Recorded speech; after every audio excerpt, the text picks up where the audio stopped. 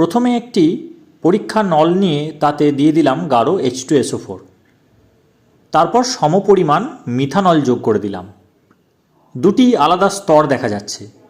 এবার আমরা অল্প পরিমাণ পটাশিয়াম পারম্যাঙ্গানেট এই দ্রবণের মধ্যে দিয়ে দিলাম। দেখুন, পটাশিয়াম পারম্যাঙ্গানেট গাঢ় H2SO4 এর সাথে বিক্রিয়া করে তৈরি করছে ম্যাঙ্গানিজ হেপ্টক্সাইড। সবুজ রঙের যে পদার্থটি দেখতে পেলেন সেটিই হচ্ছে ম্যাঙ্গানিজ হেপ্টক্সাইড। এই ম্যাঙ্গানিজ হেপ্টক্সাইড হলো তীব্র জারক, আর আমরা জানি মিথানল হলো জৈব যৌগ যাকে জারণ করা সম্ভব। দ্রবণ দুটির সংযোগস্থলে বিক্রিয়াটি সম্পন্ন হচ্ছে এবং বিক্রিয়াটির তীব্রতা এত বেশি তাপ উৎপন্ন হয় যে দ্রবণের মধ্যেই আগুন ধরে যাচ্ছে। তাই এরকম একটি সুন্দর ভিজুয়াল আমরা দেখতে পাচ্ছি। দেখে মনে হচ্ছে যেন তরলের মধ্যে বিদ্যুৎ চমকাচ্ছে।